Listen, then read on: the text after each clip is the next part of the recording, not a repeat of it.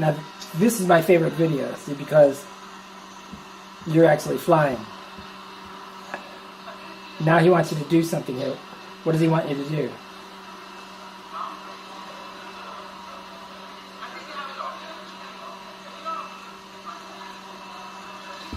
See, you were doing good there. I was trying to flip over. He's just trying to refresh me on how to do the knee turning. Oh, knee turning. But Oh. knee turning is so hard in that place. They're so tiny. Yeah. He doesn't jump out of airplanes. Yeah. But he said if he ever did, it'd be nothing compared to this room. See, look how controlled you are. You're so controlled. Okay, now Elyse, since I'm not going to see you for the next 2 weeks, now who is that you have with you there? Caprice.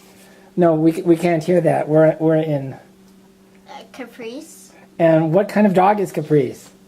She's a Chihuahua Dachshund mix. Okay, can you hold her up so the audience can see her? And what kind of personality does Caprice have? Kind of energetic. He really is kind of attached to people sometimes. I don't know. What does Caprice think of you? I don't know. You ask her. Well, ask her. What do you think of me? I guess she likes me. That's good. Okay, here's the questions now. Elyse, what did you learn at iFly today that you didn't know before? Oh wow! I learned a lot of things at iFly today.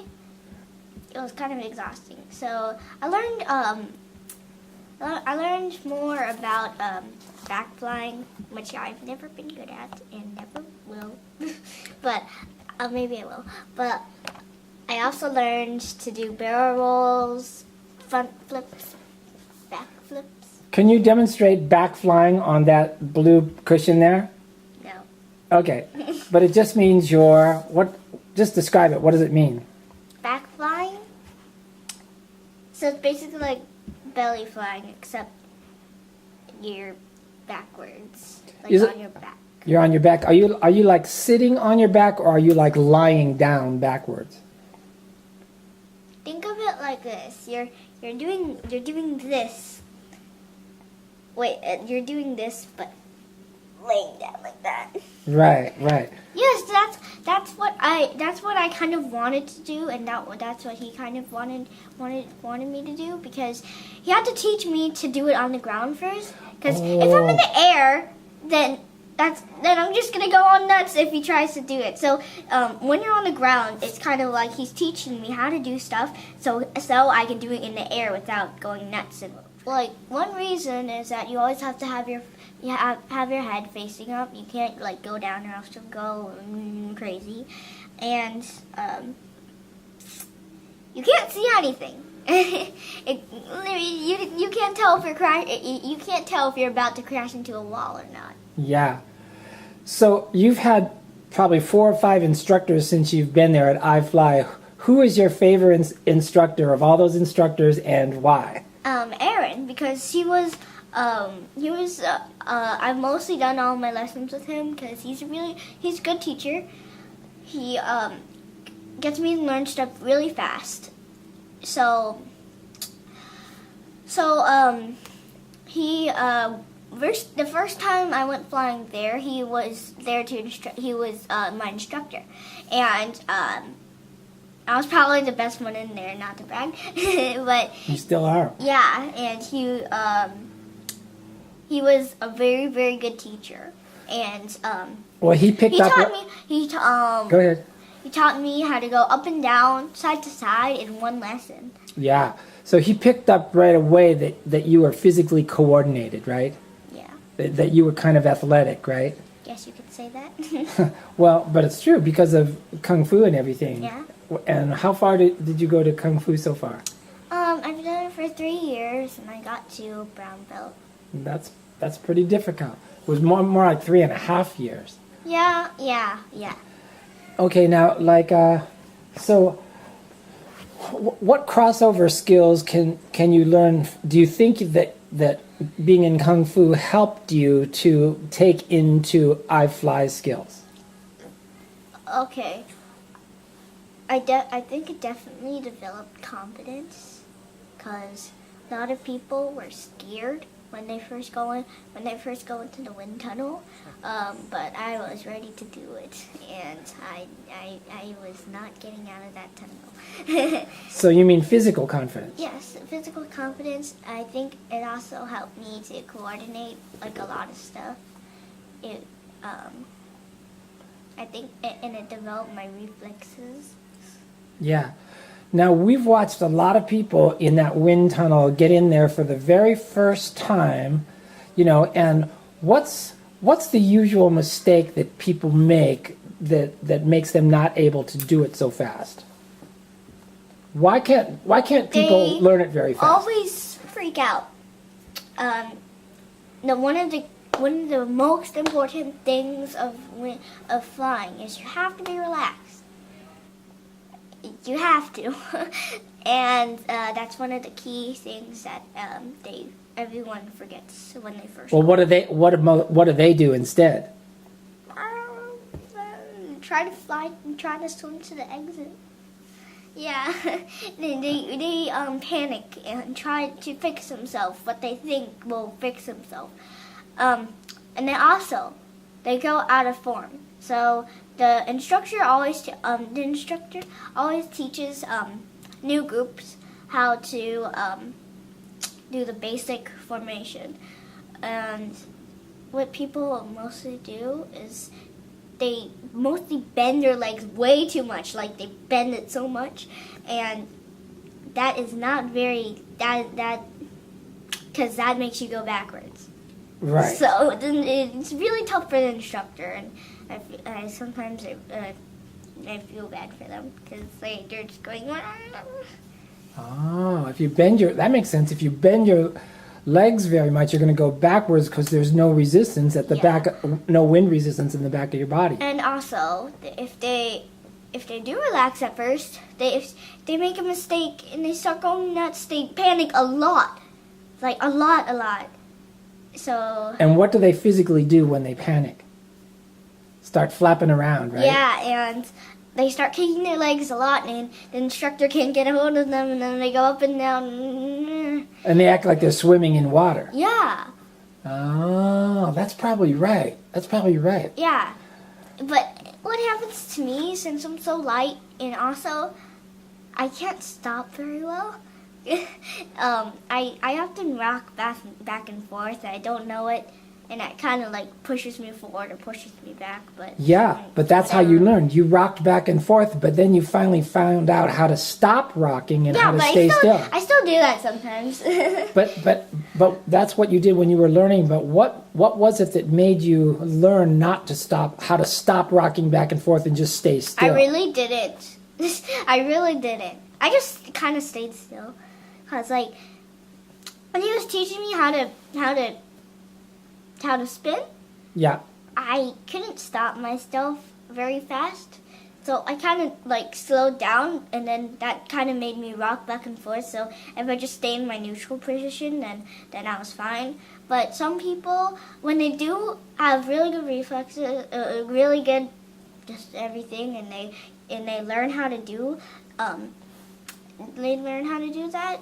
Most of the time, they always kind of freak out and not stay still, which makes them rock back even more. And then, Yeah. Albert was your instructor today. Now, he was kind of a newer instructor, but he also had some techniques that other people don't have. What did you like about what Albert did that other instructors don't do? I like that he asked me what I wanted to do, what I was most comfortable with. Okay. Because he asked me in the wind tunnel and before, he was like, do you want to work on just belly flying techniques or back flying? And then I was like, both, because I wanted to learn both. And in the wind tunnel, he prepared me. He told me what I was going to do, and he demonstrated himself what I was going to do and what I was the most confident about. But most instructors, they just tossed me in, and I was like, wait, what are you doing? Because like they try to tell me in the wind tunnel with their hand motions, and I'm like, what?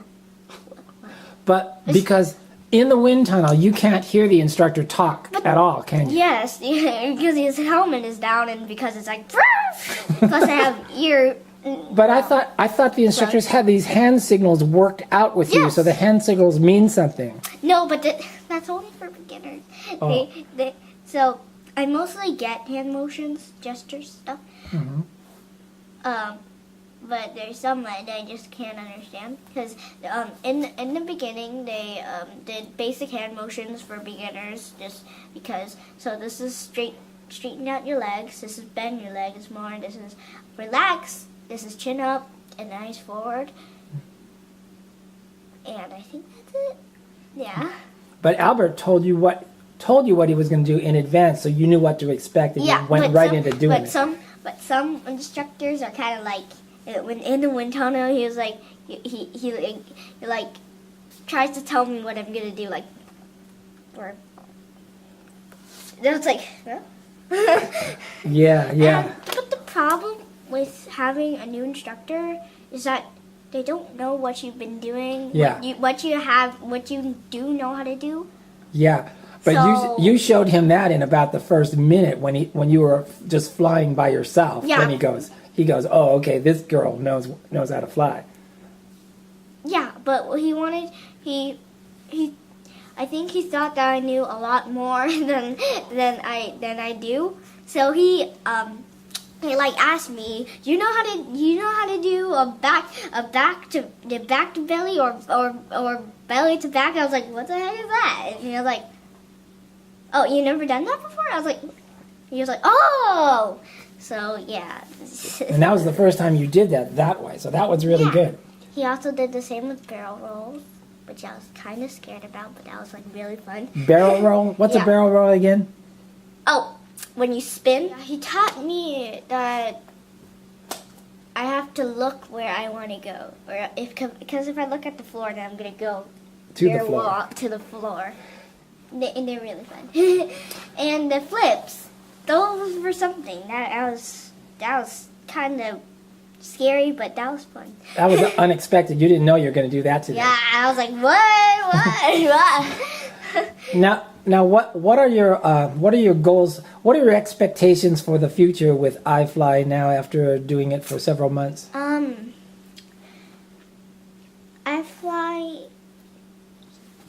Okay, I was really excited when he told me this. Say that again. I didn't hear that. I was really excited when he told me at the end of the class. It was trying to get me to learn how to run up walls. Run up walls? You mean parkour? No, run up walls in the air tunnel. Oh, in the air tunnel. So you saw when I was he was teaching me that when I was standing up in the air tunnel, Yeah. if I leaned like And stick your stomach out. and stick my stomach out, then I would go forward. If I did the opposite, then I would go backward. Yeah. And when I'm back flying, I could try to run up walls while doing that. Oh, you never thought of that before. No. So that's something to look forward to. Yeah, I thought he was trying to teach me how to sit fly, which I was like, what? And what are your general expectations for, flying in 2018? Jeez, I'm gonna forget a lot. Well, I really think I'll improve a lot. Just the months that have been at iFly, I've learned so much. I've learned, It's like 2 months, right? yeah, just like 2 months. Mhm. You know how much I've learned. Yeah. And by the end of 2018, I'll be like an instructor. But I think being an instructor is really hard. There's a lot of people who don't know what to expect, and you have to teach them, and that's going to be really hard. Aaron. When I'm grouped up with some new flyers, I usually see he tests them out, see what they could do. If they have good balance, great, and then that's an easy job. But there's a lot of people who they're completely uncoordinated. yeah. Thank you. I didn't want to say that, but he has to grab them, get them to pay attention, stop flailing around like a fish, and just have to teach them in there. And it's a really hard job. I mean, I think I'm personally not very good at teaching stuff, so. But I think if you learn it really, really well yourself, then you'll see what they need to know because you are at that phase too. No, not necessarily. Okay. I myself would not be a very good teacher because at anything because there's a lot of things that I have done which was just self-taught. I didn't do any techniques. I didn't do anything. I just did it. Like ice skating. Yes. I was with my friend the other day and he was like, "How do you do it? How do you do it?" And it was like I started going on the ice. It's like, I don't know what to tell you. I was there. You walked out onto the ice, and I was just about to say, Elyse, it's like this, and you skated away. So, and the first day I did skydiving, I literally just stood still, and then I was good. Yep, that's true. At the beginning. So I would not be a good instructor.